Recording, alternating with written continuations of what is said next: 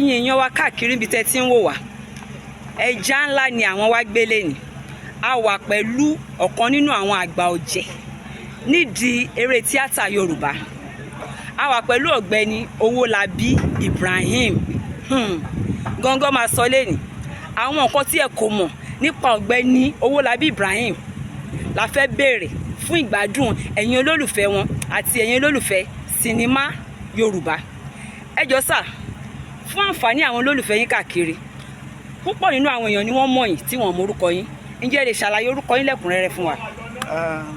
Gẹ́gẹ́ bí mo ṣe máa ń sọ àwọn orúkọ tèmi ni Owólabí Ọlásùnkànmí Ibrahim mo jẹ́ òṣìṣẹ́ eré orí ìtàgé mo dẹ̀ tún jẹ́ bábà gẹrígẹrí bábà yes bábà mo dẹ̀ tún jẹ́ aṣaralẹ́ṣọ̀ọ́ aṣe orílẹ̀ṣọ̀ọ́ táwọn èèyàn máa ń pè ní hair stylist hair dresser mi o. Ẹ jẹ́ aṣaralóge aṣerunlẹ́ṣọ̀ọ́. Aṣerunlẹ́ṣọ̀ọ́ but bábà ni o. The short word of it is I'm a barber by profession. I'm a proud one. A proud one. When I mean a proud one, I mean a proud one. Mi kàn fẹnu sọ lásán. Iṣẹ́ tí mo yìí ń ṣe, tí mo yìí fi ń bọ́ ìyàwó, àtàwọn ọmọ, ará àtàwọn ọmọ ní o. Ẹ gbàgbé pé mò ń ṣe iṣẹ́ tíátà o. Iṣẹ́ tíátà kò ní owó lórí bí gbogbo yín ṣe ń fi ojú wò. Bóyá àánú tá ń rí gbà àti orí ọ̀fẹ́ tí ó máa ń bá iṣẹ́ yìí rìn. Òun lẹ ń wò. So iṣẹ́ òun ni ó sọ èmi di nǹkan tèmi dì lénìí. Ẹ dẹ̀ mọ̀ pé àwọn Yorùbá ti sọ náà wọ́n ní odò tó bá gbàgbé orísun ẹ̀ gbígbẹ ló máa gbẹ. Mi ò gbàgbé orísun iṣẹ́ tèmi ń ṣe o. Kí n tó wá sí location yìí mo ti lọ home service lọ ṣerun fún yàn. Àwọn olówó. Olówó náà ni gbogbo olówó ni ìfẹ́ ọwọ́ mi owó lówó ló fẹ́. Ẹ̀yin náà ẹ̀ wo ni ṣójọ ó jọ ẹni tí yà ń jẹ ẹ ti rẹ wo. Ṣé mi lè ṣerun fún Ọlọ́run jẹ́ ká ṣerun fún ìdàkejì olówó náà làwọn máa ṣerun fún. Ṣé mo ṣáà sọ dáadáa o. Mo sọ dáadáa o torí àwọn ìdàkejì náà kọ́ máa lọ bínú. Tẹ́ bá ti lè san owó mi máa ṣerun fún yín o. Ẹ pè mí o. So gbogbo everybody ló lówó lọ́dọ̀ tèmi. Everybody ni olówó. Ìwọ tó bá ti lè san owó iṣẹ́ mi olówó ni ẹ. Yes.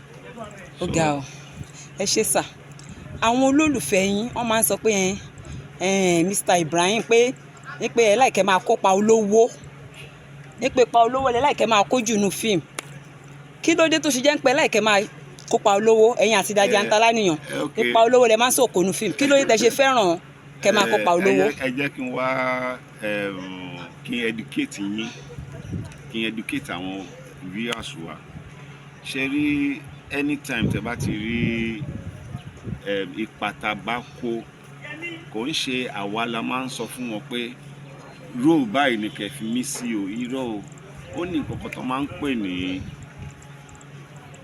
screenplay mi mọ̀ bí ṣe máa sọ ní Yorùbá. ṣáà ni àtúntàn tó. àtúntàn no screenplay inú screenplay yẹn náà ti máa ń sọ ok àwọn actor márùn-ún wà nílẹ̀ kálámọ̀ tó lè play character ẹni tó yẹ̀ṣẹ̀ dé láti America tí wọ́n bá ti ka orúkọ wọn ní ìfẹ́ dárúkọ ni o tí wọ́n bá ti ka orúkọ wọn bí àwọn márùn-ún wọ́n á wò pé nínú àwọn márùn-ún yìí ta ló ní ìṣesí ẹni tó yẹ̀ṣẹ̀ dé láti America wọ́n á wò ok ó dà pé Owólabí Ibrahim ló máa pè àwọn ó dàbí ẹni báyìí ló máa pè àwọn ó dàbí ẹni báyìí ìyẹn wá depend lórí àwọn production crew nǹkan tó ń bá decide òun ló máa ń determine tó máa fi pick onítọ̀hún wọ́n á ṣe wá pé onítọ̀hún pé ẹ jọ̀ọ́ ẹ wo date báyìí ṣé ẹ free so that is you can understand pé kò ń ṣàwàlà máa decide iṣẹ́ tí mo ṣe parí tán kí tó wá sí set yìí tálákà ni òun ni ó sọ èmi di nǹkan tèmi dì lénìí ẹ dẹ̀ mọ̀ pé àwọn Yorùbá ti sọ náà wọ́n ní odò tó bá gbàgbé orísun ẹ̀ gbígbẹ ló máa gbẹ. Mi ò gbàgbé orísun iṣẹ́ tèmi ṣe o. Kí n tó wá sí location yìí mo ti lọ home service lọ ṣerun fún yàn. Àwọn olówó. Olówó náà ni gbogbo olówó ni ìfẹ́ ọwọ́ mi owó lówó ló fẹ́. Ẹ̀yin náà ẹ̀ wo ni ó jọ ẹni tí yà ń jẹ ẹ ti rẹ wo ṣé mi lè ṣerun fún Ọlọ́run jẹ́ ká ṣerun fún ìdàkejì olówó náà làwọn máa ṣerun fún. Ṣé mo ṣáà sọ dáadáa o mo sọ dáadáa o torí àwọn ìdàkejì náà kọ́ máa lọ bínú. Tẹ́ bá ti lè san owó mi máa ṣerun fún yín o ẹ pè mí o. So gbogbo everybody ló lówó lọ́dọ̀ tèmi everybody ni olówó. Ìwọ tó bá ti lè san owó iṣẹ́ mi olówó ni ẹ. Yes. Ó ga ọ ẹ ṣé sà. Àwọn olólùfẹ́ yín wọ́n máa ń sọ pé Mr. Ibrahim pé ẹ láìkẹ́ máa kópa olówó pa olówó lẹ láìkẹ́ máa kójú inú fíìmù. Kí ló dé tó ṣe jẹ́ ń pẹ́ láìkẹ́ máa kópa olówó ẹ̀yin àti Daddy Antala nìyàn ipa olówó lẹ máa ń sòkò inú fíìmù. Kí ló dé tẹ́ ṣe fẹ́ràn kẹ́ máa kópa olówó. Ẹ jẹ́ kí n wá kí n educate yín kí n educate àwọn viewers wa. Ṣé rí anytime tẹ́ bá ti rí ipa tá bá kò ń ṣe àwa la máa ń sọ fún wọn pé role báyìí ni kẹ́ fi mí sí o irọ́ o. Ó ní nǹkan kan tó máa ń pè ní screenplay. Mi mọ̀ bí ṣe máa sọ ní Yorùbá. Ṣáwọn ni àtúntàn tó. Àtúntàn no screenplay. Inú screenplay yẹn náà ti máa ń sọ ok àwọn actor márùn-ún wà nílẹ̀ tálá mọ̀ tó lè play character ẹni tó yẹ̀ṣẹ̀ dé láti America. Tó bá ti ka orúkọ wọn ní ìfẹ́ dárúkọ ni o. Tó bá ti ka orúkọ wọn bí àwọn márùn-ún wọ́n á wò pé nínú àwọn márùn-ún yìí ta ló ní ìṣesí ẹni tó yẹ̀ṣẹ̀ dé láti America. Wọ́n á wò ok ó dà pé Owólabí Ibrahim ló máa pé àwọn. Ó dàbí ẹni báyìí ló máa pé àwọn. Ó dàbí ẹni báyìí. Ìyẹn wá depend lórí àwọn production crew. Nǹkan tó bá decide òun ló máa ń determine.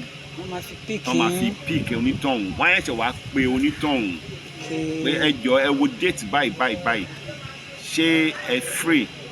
So that is you can understand pé kò ń ṣàwàlà máa decide. Iṣẹ́ tí mo ẹ̀ṣẹ̀ parí tán kí tó wá sí set yìí tálákà ni.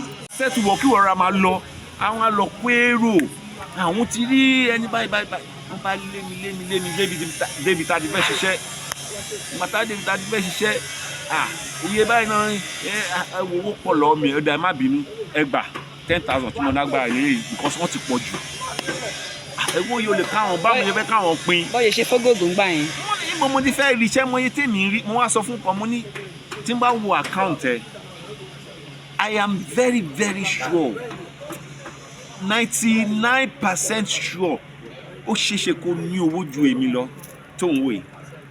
Kò dẹ̀ believe me mo ń sọ tọrọ fún bọ́ mo wá pé mo ní wá bẹ́ẹ̀ ṣe rí mi tẹ́ ẹ nífẹ̀ẹ́ mi inú mi dùn o mo ṣe fún yọ 10,000 naira tí mo fún yín bẹ́ẹ̀ ṣe pọ̀ tó kò bá jẹ́ 1 naira lẹ́ rí pín ẹ pín nǹkan tí mo lágbára ni ẹ mọ iye tèmi náà gbà ní ṣé mọ iye tán fi pè mí wá kò yí ọ̀pọ̀lọpọ̀ pé a kì í rówó nídìí iṣẹ́ yìí ìfẹ́ ta ní sí iṣẹ́ yìí la ṣe ń ṣe so bó ṣe rí nìyẹn. Ẹ ṣé gan sà àgbà ò ní tán lórí. Hey, thanks for watching this video. Subscribe on our YouTube channel. Subscription is free. You can call us on 0080597807 for your event coverage. Thanks.